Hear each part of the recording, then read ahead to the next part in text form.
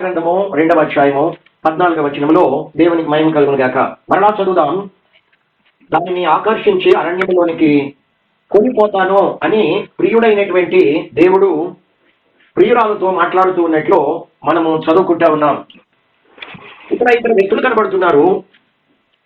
ఒకటేమో ప్రియుడు, రెండో ప్రియురాలు. ప్రియుడైనటువంటి దేవుడు తన ప్రియురాలతో అంటున్న మాటలు ఏమనంటే, నిన్ను అరణ్యానికి కొనిపోతా. ఏమంటున్నాడండి? అరణ్యకు కొనిపోతా. మన టాపిక్ ఏంటి అంటే, ప్రారంభం నుండి అంతవరకు అరణ్యం. అరణ్యంలో ఆశీర్వాదాలు ఏంటి చెప్పండి? అరణ్యంలో కలిగే ఆశీర్వాదాలు. అరణ్యంలో ఎలాంటి ఆశీర్వాదాలు ఉంటాయండి అని అనుకుంటూ ఉండవచ్చు. కానీ ప్రభు మనకు తెలియచేయబోతున్న ఆశీర్వాదాల్లో మనం విన్నట్లయితే ఆశీర్వాదాలు నాకును కావాలని మనసారా కోరుకుంటాం. దేవుని స్తోత్రాలు. అతి కొద్దిమందే ఈ ఆశీర్వాదాలు కావాలని కోరుకునేది. ఎక్కువ శాతం ఈ అరణ్యమొద్దు అని తృణీకరించేవారు. కాబట్టి అరణ్యంలో ఆశీర్వాదాలు ఏంటి అనేది వాళ్ళ మదిలో అర్థం కాకుండా ఉంటాయి. కాబట్టి అవి కోరుకునేవారు కొద్దిమంది, ఎక్కువ శాతం మంది రిఫ్యూజ్ చేస్తా వచ్చారు. ఇక్కడ ప్రియుడైనటువంటి దేవుడు తన ప్రియురాలతో అంటున్న మాట ఏమిటంటే, నేను నిన్ను అరణ్యమునకు కొనిపోతా. మరొక వచనం చదువుకుందాం. పరమగీతములో 8వ అధ్యాయము 5వ వచనం. పరమగీతాలు 8వ అధ్యాయము 5వ వచనంలో మనం చదువుకున్నట్లయితే, మన చెట్టు మీద ఆనుకొని వస్తున్న ఈమె ఎవరు చూసారా? అక్కడేమో ప్రియుడు అరణ్యాన్ని కొనిపోతా అన్నాడు, ఇక్కడ కొనిపోయాడు. వాస్తవంగానే అన్న మాట ప్రకారం, చెప్పిన మాట ప్రకారం తన ప్రియురాల్ని ఏం చేశాడు? అరణ్యానికి కొనిపోయాడు. ఆమె బెదిరిపోకుండా, వెనుదిరిగి పారిపోకుండా, ఆమె కూడా ప్రియుడు నాతో ఉన్నాడు ఈ అరణ్యంలో, నాకేంటి భయం అని తను తాను ప్రియునికి సమర్పించుకొని ఆయన మీద ఆనుకొని ఆమె ప్రియులతో కలిసి అరణ్య యాత్ర చేస్తా ఉంది కదండి. ఏం చేస్తా ఉంది? అరణ్య నా ప్రియ యేసునిపై ఆనుకొని అరణ్య మార్గమున నడచుటయే ఆనంద జీవితము. అరణ్య మార్గమున నడచుటయే ఆనంద జీవితము. నా ప్రియ యేసునికై ఆనుకొని లిల్లీ పుష్పం చారును రోజు పరిశుద్ధమైన మాధు తండ్రి పూర్ణరూప సౌందర్యుడే కీర్తింపతగిన దేవా. పూర్ణరూప సౌందర్యుడే కీర్తింపతగిన దేవా. నా ప్రియ యేసునిపై ఆనుకొని ఏం చేస్తుంది ఇక్కడ? తను ప్రియునికి సంపూర్ణంగా సమర్పించి, అది అరణ్యమైతే ఏంటి, అది ఎడారైతే ఏంటి, అది కొండలైతే ఏంటి, అది లోయలైతే ఏంటి, నా ప్రియుడు నాతో ఉన్నాడు, నాకేంటి భయం అని సంతోషంగా తను ప్రియుడికి సమర్పించుకొని ఆయనపై ఆనుకొని ఏం చేస్తుంది ఇక్కడ? తన అరణ్యంలో యాత్ర కొనసాగిస్తా ఉన్నట్లు మనము చూస్తా ఉంటూ ఉన్నాం. దేవుని పిల్లలారా, ఈ అరణ్యంలో ఈమె కాదు, ఇంకా ఇద్దరు స్త్రీలు కూడా ఉన్నారు. ఎవరో చూద్దాం. మొదటి స్త్రీ, ఇక్కడ మిగిలిన ఇద్దరు స్త్రీలు ఎవరంటే, మొదటి స్త్రీ ఏమో కొనిపోబడింది కదా. ఆయన ఏమన్నాడు? హోషేయ గ్రంథం 2:14లో, నేను నిన్ను అరణ్యానికి కొనిపోతా అన్నాడు, కొనిపోయాడు. ఆమె కూడా ఇష్టంగా, మనపూర్వకముగా, సంతోషంగా ప్రియునికి సమర్పించుకొని ఆయనపై ఆనుకొని తన యాత్రను అరణ్యంలో కొనసాగిస్తా ఉంది. అరణ్యానికి ఎవరైతే ఇష్టంగా సమర్పించుకొని ప్రియుల ద్వారా కొనిపోబడి అరణ్యంలో నడిపించబడుతూ ఉంటారో అలాంటి వారు మాత్రమే పరలోకానికి కొనిపోబడగలరు, ఎత్తబడే సంఘములో ఉండగలరు. మనం చదువుకుంటే దేవుని పిల్లలారా, అరణ్యానికి రక్షణ పొందిన విశ్వాసులను ఆ ప్రియుడు కొనిపోవాలని ఇష్టపడుతూ ఉన్నాడు. ఎందుకంటే పరలోకానికి కొనిపోబడేవారు అరణ్యములో ముందు ఏం చేయబడాలి? అక్కడ ప్రయాణం చేయాలి, యాత్రను అరణ్యంలో కొనసాగించాలి. అరణ్యంలో వారికి కొన్ని ఆశీర్వాదాలు ఉంటాయి. అలాంటి ఆశీర్వాదాలు పొందుకున్న వారిని మాత్రమే ఆయన మధ్యాకాశంలో ప్రత్యక్షమయ్యి పరలోకానికి కొనిపోతాడు అని మనం చూస్తా ఉన్నాం. రెండవ స్త్రీని గురించి మనం చూసినట్లయితే ప్రకటన గ్రంథము 12వ అధ్యాయము 6వ వచనము 12:6 అరణ్యమునకు అచ్చటి వారు 1060 దినములు ఆమెను పోషింపవల్లని దేవుడు ఆమెకు ఒక స్థలమును సిద్ధపరిచి ఉంచెను అని మనము చూస్తా ఉన్నాం. మొదటి స్త్రీని ఆ ప్రియుడు ఏం చేశాడు? అరణ్యానికి కొనిపోయాడు. ఆమెతో కూడా ప్రియుడు ఉన్నాడు. ఆమె కొనిపోబడింది ఒకరి చేత. అంటే ఎవరి చేత? ప్రియుని చేత ఆమె కొనిపోబడింది. వ్యత్యాసం గమనించాలి. మనసంతా ఇక్కడ పెట్టాలి. కన్ఫ్యూషన్తో దేవుని వాక్యం మనకు తేటగా అర్థం కావాలంటే, వాక్య ప్రకారం మనం నడుచుకోవాలంటే, మనము పరలోకాన్ని కొనిపోబడాలంటే మన కాన్సన్ట్రేషన్ అంతా కూడా దేవుని వాక్యం మీదనే ఉంచాలని పరిశుద్ధాత్ముడు మనకు ఈ ఉదయకాలం తెలియజేస్తా ఉన్నాడు. మొదటి స్త్రీ ఏం చేయబడింది? అరణ్యానికి కొనుపోబడింది. ఆమెతో ప్రియుడైనటువంటి దేవుడు ఉన్నాడు. రెండవ స్త్రీ అరణ్యంలోనే ఉంది. అది మొదటి స్త్రీ అరణ్యానికి కొనుపోబడింది. రెండవ స్త్రీ చెప్పండి అరణ్యానికి కొనుపోబడినట్లు అది మనము చూస్తూ వింటూ ఉన్నాం. దానంతటా అది వెళ్ళలేదని, అంటే గతంలో ఇది మొదటి స్త్రీతో కలిసే ఉంది. ప్రభు రాకముందు ఈ స్త్రీ రెండవ స్త్రీ కూడా ఎవరితో కలుస్తుంది? మొదటి స్త్రీతోనే. సార్వత్రిక సంఘం ఇదే, సార్వత్రిక సంఘం. అప్పుడు ప్రియుడు నిన్ను అరణ్యాన్ని కొనిపోతాను బట్టి నేను రాను అని చెయ్యి విడిపించుకొని వెనక్కి వెళ్ళిపోయింది. అంటే అరణ్యము బయటే తన జీవితం అంతా కూడా గడిపింది. కానీ ఇప్పుడు దానంతట అదే ఎక్కడికి పోతుంది? అదే అరణ్యానికి. మొదటి స్త్రీ ఉన్నటువంటి అరణ్యం, ఈ రెండవ స్త్రీ ఉన్నటువంటి అరణ్యం బహు వ్యత్యాసం ఉంది. చాలా జాగ్రత్తగా గమనించాలి. మొదటి స్త్రీ ఉన్నటువంటి అరణ్యమేమో పరిస్థితులను బట్టి దేవుడు సంఘాన్ని, ప్రియురాలని, ఆమెను శుద్ధీకరించి కనానుకు తీసుకుని వెళ్ళాలని ఇష్టపడ్డాడు. అటువంటి సందర్భంలో ఈ రెండవ స్త్రీ నేను నీతో రాను, ఆ శ్రమలు నాకొద్దు అని చెయ్యి విడిపించుకొని లోకంలోనే తన ఇష్టానుసారమైనటువంటి జీవితాన్ని గడిపింది. కానీ ఇప్పుడు దానంతట అదే అరణ్యానికి పోతుంది. ఇదే అరణ్యము అంటే ఏడేళ్ల మహాశ్రమల కాలం ఇది. ఇది ఏ అరణ్యం చెప్పండి? ఆమేన్, ఆమేన్, ఆమేన్. మొదటి స్త్రీ ఉన్న అరణ్యం వేరో, ఈ స్త్రీ ఉన్నటువంటి అరణ్యం వేరో. మొదటి స్త్రీ అనుభవించిన శ్రమలు వేరో, రెండవ స్త్రీ అనుభవించబోతున్నటువంటి శ్రమలో వేరు. కాబట్టి సార్వత్రిక సంఘంలో నుండి అంటే అతి కొద్ది మంది మాత్రమే పరిశుద్ధపరచబడి, ప్యూరిఫై చేయబడి, శుద్ధీకరించబడి, ప్రభు కొరకు నలగొట్టబడి అది అసలు సిసలైనటువంటి దేవుని సంఘముగా కొనిపోబడుతుంది అని మనము చూస్తా ఉన్నాం. మూడవది మనము చూసినట్లయితే ప్రకటన గ్రంథము 17వ అధ్యాయము 3వ వచనంలో ఇక్కడ ఒక స్త్రీ కనబడుతుంది. ఇది కూడా మనకు అరణ్యంలోనే కనబడుతూ ఉంది. 17వ అధ్యాయము 3వ వాక్యంలో మనము చదువుకుంటే మనకి ఇక్కడ ఈ అరణ్యంలో ఎంతమంది స్త్రీలు కనబడుతున్నారు చూసాం మనం అంటే 3 స్త్రీలు. ఒకటేమో మొదటి స్త్రీ కొనుపోబడింది అరణ్యానికి, రెండవ స్త్రీ ఏమో అరణ్యానికి పారిపోయింది, మూడవ స్త్రీ ఇక్కడే కనబడుతుంది. అసలు అరణ్యంలోనే అది కనబడుతుంది అని మనం చూస్తూ వింటున్నాం. ఈ 3 వాక్యాలు 3 స్త్రీలను మనం చూచాము. 3 కూడా అరణ్యంలోనే ఉన్నారు.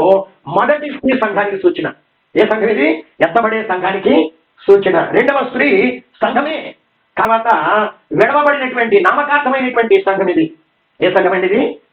స్వస్థతల కొరకు, ఆశీర్వాదాల కొరకు, తిండి కొరకు కదండి. యేసు ప్రభు నమ్ముకొని నేను దేవాలయానికి వెళితే నాకు ఇక్కడ అద్భుతాలు జరుగుతాయి, 10 ఇళ్ళు 20 కార్లు 30 ఎయిర్ కండిషన్లు వస్తాయి అని మా వాటి కొరకు మాత్రమే వెంబడించే సంఘము. ప్రభు కొరకు కష్టాలు, శ్రమలు, నిందలు, అవమానాలు నాకు అవసరం లేదో అని నామకాత్మక వెంబడించినటువంటి సంఘము ఈ రెండవ స్త్రీ మనకు కనబడుతుంది.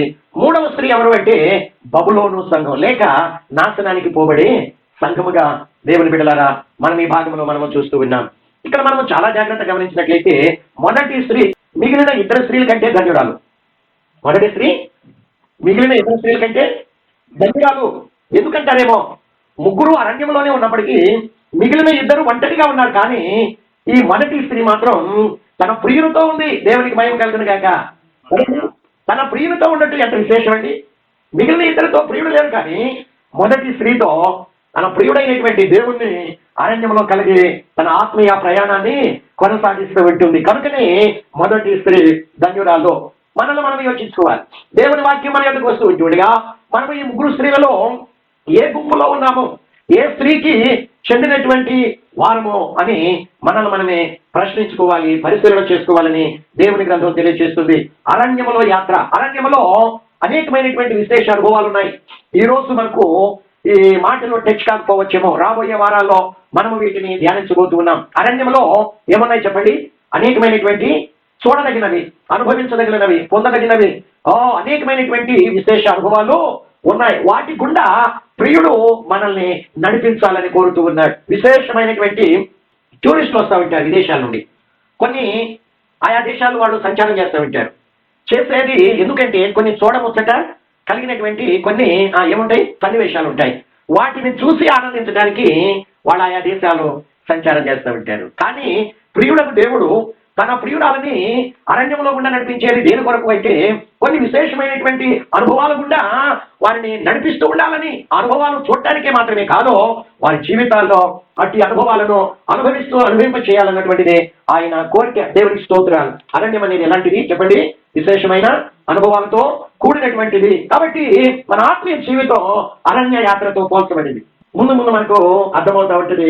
అర్థం అయినా కాకపోయినా మనం కాన్సన్ట్రేషన్ పెట్టాలి. పరిశుద్ధాత్ముడు సహాయం చేయమని ఆయన సహాయం కోరుకుంటే మనకు అర్థమయ్యే రీతిలో ఆయన మనకు సమస్తాన్ని బోధించడానికి ఆయన మన ముందు సిద్ధంగా ఉన్నాడు. దేవుడికి మహిమ కలుగును గాక. క్రైస్తవ జీవితం అనేది, మన ఆత్మీయ జీవితం అనేది దేనికి పోల్చబడింది?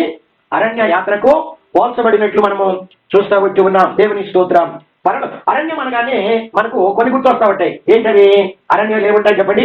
చీకటి, తేళ్లు, మృగాలు కదా, ఇవి మనకు గుర్తుకొస్తూ ఉంటాయి అరణ్యం అనగానే. కాదు, పరలోకానికి వెళ్ళటానికి ఒకే ఒక మార్గం ఉంది. అది ఏంటి అంటే అదే అరణ్యంలో గుండా వెళ్ళేది. అదే శ్రమల మార్గం. ఏ మార్గం చెప్పండి? అరణ్య మార్గము లేక శ్రమల మార్గం. శిలువ, శ్రమలు, అరణ్యం ఇవన్నీ కూడా లేకుండా కణాలు లేదు. అరణ్యం లేకుండా కణాలు. దేవుడు ఎక్కడి నుండి విడిపించాడు చెప్పండి? దేవుడు ఇశ్రాయేలు ప్రజలు ఎక్కడి నుండి విడిపించాడు? ఐగుప్తు నుండి. ఎక్కడి నుండి విడిపించాడు? ఐగుప్తు అంటే పాపం, ఐగుప్తు అంటే మూలుగులు, ఐగుప్తు అంటే దాస్యం, ఐగుప్తు అంటే వెట్టి చాకిరి. విడిపించి వాళ్ళకి ఏమని ప్రామిస్ చేసి నడిపించాడు? వీటన్నిటి నుండి విడిపించి మీకు పాలు తేనెలు ప్రవహించే కనాను దేశాన్ని ఇస్తానని విడిపించాడు. విడిపించిన దేవుడు వెంటనే కనానిచ్చాడా? కనానుకు ఐగుప్తుకు మధ్యలో ఏం పెట్టాడు? అరణ్యాన్ని పెట్టాడు. దేవునికి మహిమ కలుగును గాక. కాబట్టి ఈ ఐగుప్తు అనే పాపం, దాస్యం కదండి, మూలుగులు, వెట్టి చాకిరి నుండి విడుదల పొందినటువంటి వారు కనానులో ప్రవేశించాలంటే అరణ్యంలో గుండా మాత్రమే యాత్ర కొనసాగించాలి. అరణ్యం లేకుండా కనాను లేనే లేదు. శ్రమలు లేకుండా పరలోకం లేనే లేదు. కాబట్టి పరలోకానికి వెళ్ళాలని వాంఛించే ప్రతి ఒక్కరూ కూడా అరణ్యం గుండా యాత్ర కొనసాగించాల్సింది. మనకి తిమోతి పత్రిక 5వ అధ్యాయము 6వ వచనంలో మనం చదువుకుంటే సుఖభోగముల యందు బ్రతుకుచుండే ప్రతి ఒక్కరూ చచ్చిపోవారితో సమానమని వ్రాయబడి ఉంది. ప్రకటన గ్రంథం 3వ అధ్యాయము మొదటి వాక్యంలో మనం చదువుకుంటే నీవు జీవించుచున్నావన్న పేరు మాత్రమే ఉంది కానీ నీవు మృతుడవే అని పరిశుద్ధ గ్రంథం తెలియజేస్తుంది. సుఖభోగాలు, ఈ లోకం, దాని ఆశలు, వాటిల్లో మనం పొర్లుతూ ఉంటే మనకు దేవుడు గుర్తుకురాడు, మహిమ గుర్తుకురాదో. ఈ లోకాన్ని వాటేసుకొని మన ఇష్టానుసారంగా జీవిస్తూ ఉంటాం. కాబట్టి దేవుడు కొన్నిసార్లు తన బిడ్డలైనటువంటి దేవుని ప్రజలైనటువంటి దేవుని సంఘాన్ని ఎటుకుండా నడిపించాలని వాంఛిస్తూ ఉంటాడంటే కష్టాల మార్గం గుండా, శ్రమల మార్గం గుండా, నిందల మార్గం గుండా, అవమానాల మార్గం గుండా దేవుడు నడిపిస్తూ ఉంటే అప్పుడు దేవా నువ్వు ఎక్కడున్నావయ్యా దేవా అని మన మనసు ఎటు మండిస్తూ ఉంటాం? దేవుని వైపు. దేవుడు గుర్తొస్తూ ఉంటాడో దేవుని సహాయం కొరకు దేవుని ఆశ్రయిస్తూ ఉంటాం, దేవుని మీద ఆనుకుంటూ ఉంటాం. మన ఇష్టానుసారంగా ఈ లోకంలో సుఖభోగాల్లో కనుక పొరలాడుతూ ఉంటే దేవుడు మనకు గుర్తురాడు. పరలోకం కొరకు మనం సిద్ధపడము. అందుకే లూకాసు వార్త 16వ అధ్యాయము 25వ వచనంలో మనం చదువుకుంటే ధనవంతుడు అంటాడు. ఎవరితో? ధనవంతుడితో అబ్రహాము అంటాడు. 16వ అధ్యాయము 24వ వచనం చివరి లైన్లో అక్కడ వాడు అంటున్నాడు ఏమని? ధనవంతుడు, నేను ఈ అగ్ని జ్వాలల్లో యాతన పడుతున్నాను అంటే అబ్రహాం అంటున్నాడు, కుమారుడా నీవు నీ జీవిత కాలం అంతయో నీకిష్టమైనట్టు సుఖం అనుభవించావు. దేవుడు లేడు, దేవుని వాక్యం లేదు, దేవుని కట్టడలు లేవు, దేవుని ఆజ్ఞలు లేవు, దేవుని విధులు లేవు, దేవుని యందు భయభక్తులు లేదు, ఏ మాత్రం కూడా లేదు. వాడు ఇష్టానుసారంగా వాడికి ఇష్టమైనట్టు ఏమనుభవించాడో దీన్ని ముయ్యకుండా పోయిన శనివారం ఒక వాక్యాన్ని మనం చదువుకున్నాం.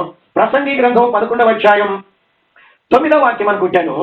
ప్రసంగి గ్రంథం అండి 11వ అధ్యాయము 9వ వచనంలో, యవనుడా నీ యవనమందు సంతోషపడు, నీ ఇష్టం వచ్చినట్టు సంతోషపడు, నీ యవన కాలమందు నీ హృదయాన్ని నీకు ఇష్టం వచ్చినట్టు సంతోషంగా ఉండనేమో, నీ కోరిక చొప్పున నీ దృష్టి యొక్క ఇష్టం చొప్పున ప్రవర్తించు. అయితే వీటన్నిటిని బట్టి దేవుడు నిన్ను తీర్పులోనికి లెక్క లెక్క లెక్క లెక్క అప్పగించే రోజు ఒకటి ఉంది. కాబట్టి లోకంలో సౌఖ్యాన్ని అనుభవించడం కంటే దేవుడు నడిపించినటువంటి అరణ్యము బయట అన్ని సుఖాలే. అంతా పాపమే, అంతా లోకమే, అంతా చీకటి రాజ్యమే, అంతా దుష్ట భోగాలే, వాటిల్లో పడి మనం మునిగి తేలుతూ ఉంటే పరలోక రాజ్యంలో మనము ప్రవేశించలేము. అందుకే అబ్రహాం అంటున్నాడు, లూకా సువార్త 16:25 3వ లైన్లో, కుమారుడా నీ జీవితకాలం అంతయు నీకిష్టము వచ్చినట్టు సుఖం అనుభవించావు, అలాగనే లాజరు కష్టాన్ని అనుభవించాడు, కనుకనే వాడు ఇక్కడ క్రింది లైన్లో నెమ్మది అనుభవిస్తూ ఉన్నాడు కదండి. వాడు అక్కడ ఉండగా ఏం చేశాడు?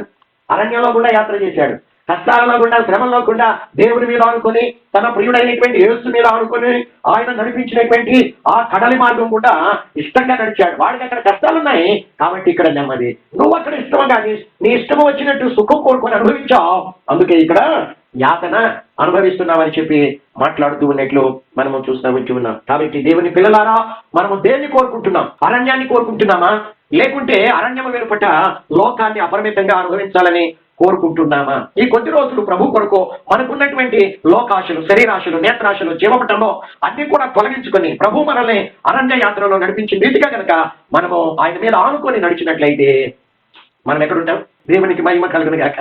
చాలు కుమారుడా, ఈ అరణ్య యాత్ర చాలు, చాలు కుమారి, ఇదిగో ఈ అరణ్య యాత్ర చాలమా, వచ్చాయి నా దగ్గరికి అని చెప్పి ఇక్కడికి ఎక్కి రండి అని ఆయన పిలిచినప్పుడు వీటన్నిటిని జయించిన వారిని ఎవరంటారు? వీటన్నిటిని, ఈ లోక ఆశలు, కోరికలు అన్ని కూడా త్యజించి ప్రభు కొరకు నీతిగా, పరిశుద్ధంగా, నమ్మకంగా, సత్యంలో ఎవరైతే జీవిస్తూ ఉన్నారో అలాంటి వారిని వచ్చి ఏం చేస్తామంటాడంటే, ప్రకటన ఆయన పరలోక సింహాసనం ఎదుకు కొనిపోతాడు అని మనము చూస్తా ఉన్నాం. మంచిదండి, వాక్యంలోనికి వెళదాం. ఒక వాక్యాన్ని చూద్దాం. ద్వితీయోపదేశ కాండము 8వ అధ్యాయము 2వ వచనం. ద్వితీయోపదేశ కాండము 8వ అధ్యాయము 2వ, ఇశ్రాయేలీని అరణ్యానికి కొనిపోయి అక్కడ వారికి తోడుగా ఉన్నాడు. ఈ వచనం మనకేం తెలియజేస్తుంది? తండ్రి అయిన దేవుడు ఇశ్రాయేలు ప్రజలను, అంటే తన ప్రియుడైనటువంటి యెహోవా దేవుడు తన ప్రియురాలైనటువంటి ఇశ్రాయేలు జనాంగాన్ని ఎక్కడ కొనిపోయాడు? అరణ్యానికి కొనిపోయి అక్కడ వారితో కూడా అరణ్యంలో తోడుగా ఉన్నాడు. ఎందుకు వాళ్ళని అరణ్యానికి తీసుకుని వెళ్ళాడు? ఏమండి, ఎందుకు వాళ్ళను అరణ్యానికి తీసుకుని వెళ్ళాడు అని మనం చూస్తే 2వ వచనం 3వ లైన్ చివరిలో అణచటానికి. ఏం చేయటానికి అండి? వాళ్ళని అణచటానికి. ఇంకా మనం చూసినట్లయితే 2వ వచనం 1వ లైన్ నుండి, నీవు ఆయన ఆజ్ఞలు గైకొందువో నిన్ను శోధించి నీ హృదయంలో ఉన్నదంతా కూడా బయటికి లాగటానికి ఆయన నిన్ను అరణ్యంలోనికి కొనిపోయినట్లు మనము చూస్తూ ఉన్నాం. దేవునికి స్తోత్రం. హల్లెలూయా, హల్లెలూయా. కాబట్టి హృదయంలో ఉన్నదేంటో బయటికి లాగాలి. యోధా ఇస్కరియోతును అక్కడ 12 మంది శిష్యులు ఉన్నారు. మిగిలిన 11 మందిని విడిచిపెట్టి ట్రెజరర్ పోస్ట్ ఎవరికి ఇచ్చాడు చెప్పండి? ట్రెజరర్ పోస్ట్ ఎవరికి ఇచ్చాడు? యోధా ఇస్కరియోతుకే. డబ్బు సంచి వాడి దగ్గర ఎందుకు పెట్టాడు అంటే, వాడి హృదయంలో ఉన్నదంతటినీ కూడా ఆయన బయటికి లాగాలని. దేవునికి మహిమ కలుగును గాక. డబ్బు సంచి కనుక లేకపోతే వాడి దగ్గర వాడి నైజం బయటపడదు. వాడి మనస్సులో ఏముందో బయటికి రాదో, వాడి హృదయంలో ఏముందో వాడి బయటికి రాదో, వాడి స్వభావంలో ఏముందో అది బయటికి రాదో. కాబట్టి ఆ డబ్బు సంచి వాడి చేతిలో పెట్టి ట్రెజరర్ పోస్ట్ ఇచ్చి వాడికి ఎందుకు అక్కడ పరీక్షిస్తా ఉన్నాడట. ఏమండి, డబ్బు సంచి లేకుండా వాడి దగ్గర పరీక్షించలేడా? లేదు. అది పెట్టినప్పుడే వాడిలో ఉన్నటువంటి దుర్బుద్ధి, చెడు ఆలోచన, అవన్నీ కూడా బయటపడతా ఉంటాయి. మరలా చదువుకున్న 2వ వచనం, నీవు ఆయన ఆజ్ఞలను గైకొందువో నిన్ను శోధించి నీ హృదయంలో ఉన్నదంతటినీ తెలుసుకుంటానికి నిన్ను అణుచు నిమిత్తం అరణ్యంలో ఈ 40 సంవత్సరములో నీ దేవుడైన యెహోవా నిన్ను నడిపించాడు అని మోసెస్ తెలియచేస్తా ఉన్నాడు. దేవుని స్తోత్రాలు. ఎప్పుడైతే డబ్బు సంచి వాడి దగ్గర దేవుడు పెట్టాడో ఏం చేస్తా ఉన్నాడు చెప్పండి? ప్రతిరోజు కూడా దాంట్లో నుండి కొంత దొంగిలిస్తూ వచ్చాడట. యోహాను సువార్తలో మనం చదువుకున్నట్లు, యోహాను సువార్త 13వ అధ్యాయము 29వ వచనంలో మనం చదువుకుంటే 29వ వచనం, డబ్బు సంచి యోధా ఉండేను కనుక అని మనము, ఎవరి దగ్గర ఉంది డబ్బు సంచి? మిగిలిన వారి దగ్గర ఎందుకు పెట్టారు? వాడి దగ్గర ఎందుకు డబ్బు సంచి ఇచ్చాడు అంటే, ఆయన అందరి హృదయములను ఎరిగినవాడు, అందరి స్వభావాలు ఆయనకి తెలుసు, అందరి ఆలోచనలు ఆయనకి తెలుసు. అందరూ పవిత్రుడే, వీడు మాత్రం అపవిత్రమైన మనస్సు కలిగి మురికి, హేయమైన, నిషిద్ధమైన స్వభావాన్ని వాడు కలిగి ఉన్నాడు. అది అందరికీ తెలియాలంటే, వాడి నైజం బయటికి రావాలంటే డబ్బు సంచి వాడి దగ్గర పెట్టినట్లు మనము చూస్తా ఉన్నాం. ఇంకా మనము చూస్తే దేవునికి మహిమ కలుగునుగా 12వ అధ్యాయం 5-6 వచనాలు మనం చదివితే 12:5 వాడు అంటున్నాడు, ఈ అత్తకు 300 దేనారాల కన్నీ బేదలకి ఇయ్యలేదా నేను. వాడిలాగా చెప్పింది బేదల మీద శ్రద్ధ కలిగి కాదు, కానీ వాడు తండ్రి అయి ఉండి తన దగ్గర డబ్బు సంచి ఉండినందున అందులో ఇవ్వబడినది ప్రతిరోజు ఏం చేస్తూ ఉన్నాడు, కొంత దొంగిలించుచూ వచ్చాడట. ఏం చేశాడండి? దొంగిలించుచు. అది వాడి స్వభావం, వాడి ప్రభువుకు తెలుసు. యోహాను సువార్త 2వ అధ్యాయము 24వ వచనంలో, యోహాను సువార్త 2వ అధ్యాయం 24వ వచనంలో, అయితే యేసు అందరినీ ఎరిగినవాడు. యేసయ్య ఏమై ఉన్నాడు? అందరినీ ఎరిగినవాడు. ఆయన తను వారి వశము చేసుకోలేదు. ఆయన మనుషుని ఆంతర్యమును, నీ హృదయం ఏంటో తెలుసు, నా హృదయం ఏంటో తెలుసు, నీ మనసు ఏంటో తెలుసు, నా మనసు ఏంటో తెలుసు, నీ స్వభావం ఏంటో తెలుసు, నా స్వభావం ఏంటో తెలుసు. కానీ అందరికీ తెలియాలి కదా, దాన్ని బయటికి లాగాలి కదా. ఓ ఫలానా వాడు ఇటువంటి వాడు అని తెలియాలి అంటే వాడి దగ్గర ఏం పెట్టాలి? ఏం పెట్టాలండి? డబ్బు సంచి. దేవునికి మహిమ కలుగునుగాక. దేవునికి స్తోత్రాలు. కొంతమందిని దేవుడే కొన్ని మంచి పోస్టుల్లో పెడతా ఉంటాడు. మంచి పోస్టుల్లో పెట్టిన తర్వాత వాళ్ళ నైజం తెలుసుకోవాలని, వాళ్ళ స్వభావం తెలుసుకోవాలని కొంత లంచం ఇచ్చేవాడిని దేవుడు నడిపిస్తా ఉంటాడు. ఏమండి? ఎవరిని నడిపిస్తా ఉంటాడు? కొంత లంచం ఇచ్చేవాడిని. నేను క్రైస్తవుడను, నేను నా సత్యాన్ని అమ్ముకోను, నేను ఆ పని చేయజాలను అనేవాడు అసలు వాడి మనస్సులో కూడా వేర్లతో సహా పెళ్లగించి ఆయన సముద్రంలో పడవేస్తాడు. అటువంటి ఆలోచనకి ఎంత మాత్రం కూడా కొద్ది రోజుల్లో ప్రభువు దేవుడు రాబోతున్నాడు. నాకు అక్కడ వెండి బంగారాలతో కూడినటువంటి వీధులు ఉన్నాయి. ఇదిగో వజ్రవైడూర్య మరగత మాణిక్యాలతో నింపబడినటువంటి, ఇదిగో నాకు గృహాలు పరలోకంలో ఉన్నాయి, వాటిని నాకు స్వతంత్రింపచేయబోతున్నాడు. ఇదిగో నీవిచ్చే లంచం, నీవిచ్చే ఆ కానుక, నీవిచ్చే ఏదైనా కానీ ఆకాశము క్రింద ఉన్నవన్నీ కూడా లయము చేయబడేవే.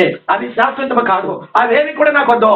సత్యమైనదే నాది, సత్యమైనటువంటిదే దేవుడు నాకు ఇచ్చిందే నాకు చెందింది అని ఏం చేస్తా ఉంటారు ఈనాడు? తినడానికి లేకపోయినా, వచ్చే జీతం చాలకపోయినా, కష్టాలు వచ్చిన భార్య పిల్లలు తినడానికి ఉండడానికి లేకపోయినా, వాడు అనేక బాధలో ఇదిగో ఈయన కళ్ళ ముందు అనుభవిస్తున్నా కానీ సత్యము కానిది నాకొద్దు, అది నన్ను ఎత్తి నరకాన్ని గుండములో పడవేస్తుంది, అటువంటి సుఖం నాకొద్దు. ఇదిగో దేవుడిచ్చింది ఒకవేళ నాకు ఏదైనా ఉంటేనే దాన్ని అనుభవిస్తూ నా దృష్టి అంతా కూడా కణాల మీదే ఉంచాలి అని యోచించే వాళ్ళను దేవుడు నిశ్చయముగా ఆశీర్వదిస్తూ ఉంటాడు. దేవుని స్తోత్ర. ఎంత చక్కని మాట అండి. ఈ 2వ లేఖనం 8వ అధ్యాయం 2వ వచనం చాలా ప్రాముఖ్యమైనటువంటిది. ఇందులో అనేకమైనటువంటి విషయాలు ఉన్నాయి. ఈ ఒక్క వచనాన్ని మనం ధ్యానించాలంటే కొన్ని ఏళ్ళు, కొన్ని సంవత్సరాలు పడుతూ ఉంటుంది. 2వ వచనం మరలా చదువుకుందాం. నీవు ఆయన ఆజ్ఞలను గైకొందువో లేదో నిన్ను పరీక్షించి, నిన్ను శోధించి, నీ హృదయంలో ఉన్నది బయటికి లాగటానికి ఆయన నిన్ను అణుచు నిమిత్తం అరణ్యంలోనికి. కొంతమందిని దేవుడు భార్యాభర్తలు వేరుగా ఉంచుతాడు. కొన్నిసార్లు భార్యను చోట, భర్తను చోట.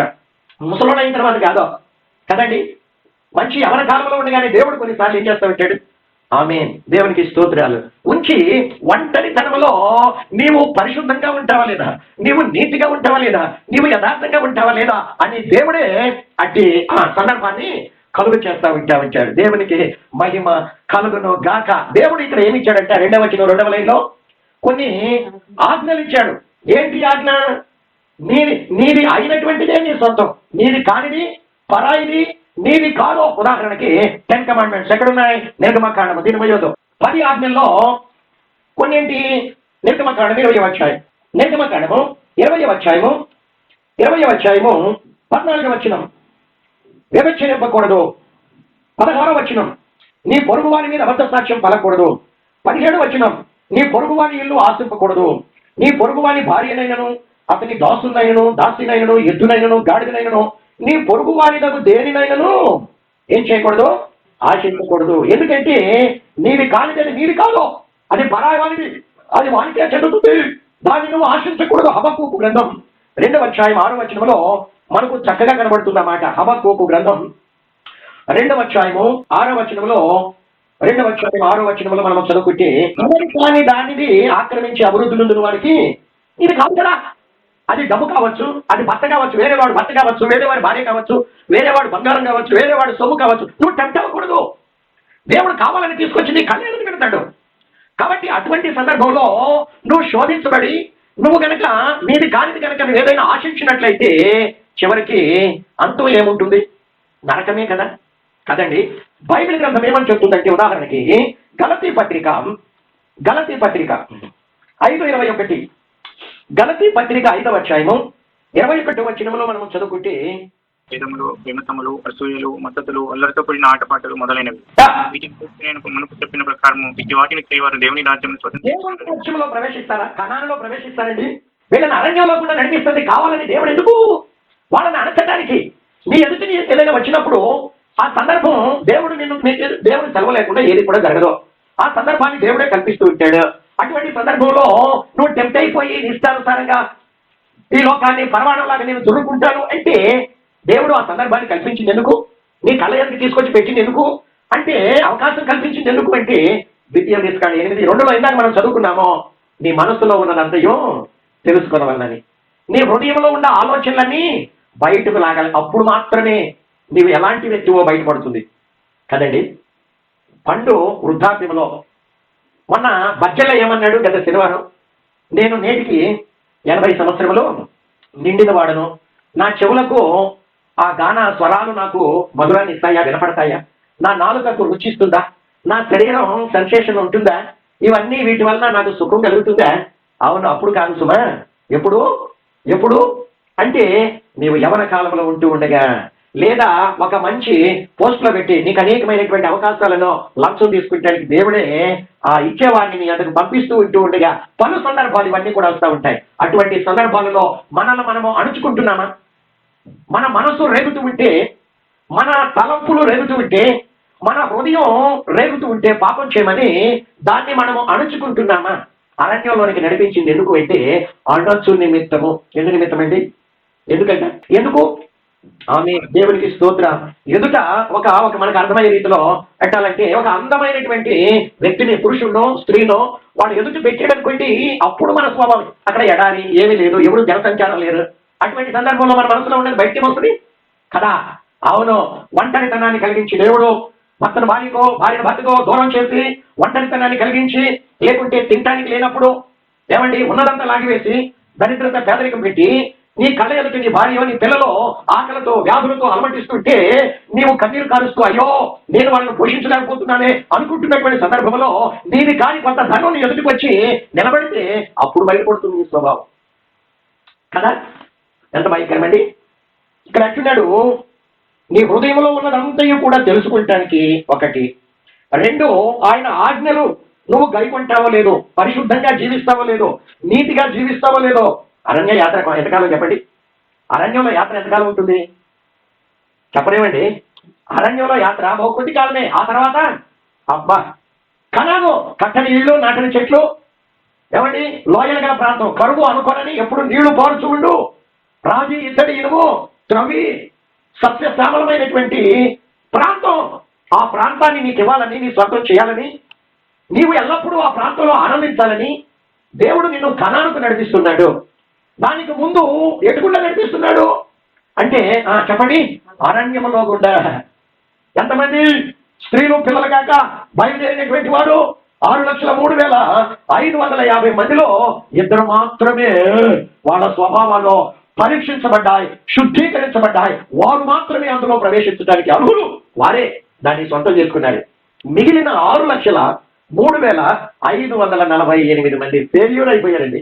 ఈ పరీక్షల్లో పరిశుద్ధతను అనుసరించకుండా, నీతిని అనుసరించకుండా, యథార్థమైన జీవితాన్ని గడపకుండా దేవుడు అటువంటి సన్నివేశాల్లో వాళ్ళ కళ్ళ ముందు పెట్టినప్పుడు వాళ్ళంతా కూడా ఏమైపోయారు? ఆ పాపాన్ని కౌగిలించుకున్నారు, వాటేసుకున్నారు, వారి ఇష్టం వచ్చినట్టు చురుకున్నారు. భయంకరమైనటువంటి అపవిత్రతలో మునిగి తేలారో చివరికి నిత్యమైన నరకాగ్ని గుండానికి వెళ్ళిపోయినట్లు మనము చూస్తూ ఉన్నాం. పరిశుద్ధాత్ముడు నాకు ఎల్లప్పుడూ ఒక మాటను జ్ఞాపకం చేస్తూ ఉంటాడు. ఏంట వాక్యము అంటే యోనా పత్రిక 5వ వచనంలో, మొదట దేవుడు వారిని ఐగుప్తు నుండి రక్షించినను, తర్వాత ఏమయ్యారంట, విశ్వాసం ఉంచకపోయిన వారిని అరణ్యంలో నాశనము చేసెను అని 5వ వచనం 3వ లైన్ నుండి మనం చదువుకుంటే ఉన్నాం. ప్రభు ఐగుప్తులో నుండి, పాపములో నుండి, శాపములో నుండి, ఆ యొక్క బూల్గులో నుండి, దాస్యములో నుండి ప్రజలను మొదట రక్షించినను, ఆ తర్వాత అరణ్యములో నమ్మకపోయిన వారిని నాశనము చేసను అని దేవుని వాక్యం తెలియజేస్తూ ఉంది. దేవుని జనాంగమా, మన జీవితాలు ఏ రీతిగా వచ్చి ఉన్నాయి? ప్రభు నడిపించిన రీతిలో మనల్ని మనం ఆ ప్రియురాలు సంపూర్ణంగా తను ప్రియునికి అప్పగించుకొని, ప్రియుని మీద ఆనుకొని ఆయన నడిపించిన రీతిలో మనం నడుస్తున్నామా? లేక తిరుగుబాటు చేసి ఆ రెండవ స్త్రీ వలె, ఇదిగో నీ నడిపింపు నాకు అక్కర్లేదు, నీ పరిశుద్ధత నాకు అక్కర్లేదు, నీ యథార్థమైన బ్రతుకు, నీ నీతి నాకు అక్కర్లేదు, నేను అరణ్యమ వెళ్ళబట్టి నాకు అనేకమైన సుఖభోగాలు ఉన్నాయి, ఆ పవిత్రతలో ఉరికిలో నేను పొరలాడి నా ఇష్టానుసారంగా నా యవన కోరికలను తీర్చుకోవాలి అని నీవు చెయ్యి విడిపించుకొని వెనక్కి తిరిగి లోకంలో కలిసిపోతున్నావు. జీవితాన్ని పరిశీలన చేసుకోవాలి. చూడండి, వీళ్ళు అడుగడుగున, గత వారం మనం చూస్తాం కదా, అరణ్యంలో వీళ్ళు అడుగడుగున వీళ్ళకి ఎటువంటి సందర్భాలు దేవుడు కల్పించాడు మనం గత వారం చూస్తాం. 10 అద్భుతాలు ఐగుప్తులో చూశారు కళ్ళారా. తర్వాత 11వ అద్భుతం ఏంటి? ఎర్ర సముద్రం పాయలుగా చేసి గోడల్లాగా నిలబెట్టి ఆరిన నేల గుండా ఆ గొప్ప కాల్మలాన్ని నడిపించాడు. ఇన్ని అద్భుతాలు చూసిన వారు సముద్రం దాటి అప్పుడే కదా యెహోవాను గానము చేసేదమో ఏకము. అద్భుతాలు జరుగుతూ ఉంటే మన వెంట నోటి వెంట ఏమొస్తా ఉంటాయి? పాటలు రాక ఏమొస్తాయండి? సంతోషంతో దేవుడు ఎంత గొప్ప దేవుడు అండి అని మహింపరుస్తూ పాటలు పాడుకుంటూ సముద్రాన్ని దాటారు. సముద్రాన్ని దాటి కాలు అవతల పెట్టారు. వెంటనే వాళ్ళకి చేదైన అనుభవం ఎదురైంది. ఏంటంటే అది చేదైన నీరు. త్రాగటానికి నీళ్లు లేకపోయింది, నీళ్ళని చేదే. వెంటనే ఏం చేశారని మనం చదువుకున్న కదా వారం, సడుగుడు ప్రారంభమైంది. అద్భుతం అంటే దేవుడు ఏం చేస్తాడని మనం చదువుకున్నామండి. గత వారంలో ఏమని చెప్పుకున్నాం? అద్భుతం చేస్తాడు నీ జీవితంలో, వెంటనే పరీక్ష. మేలు చేస్తాడు, వెంటనే పరీక్ష. రాజైన హిజ్కియాకు దేవుడు మరో అద్భుతం చేశాడు, సింగల్ పైసా ఖర్చు లేకుండా కదండి. 15 సంవత్సరాల ఆయుష్ను పొడిగించాడు. వెంటనే పరీక్షిస్తే అతని హృదయం ఎలా లేదట?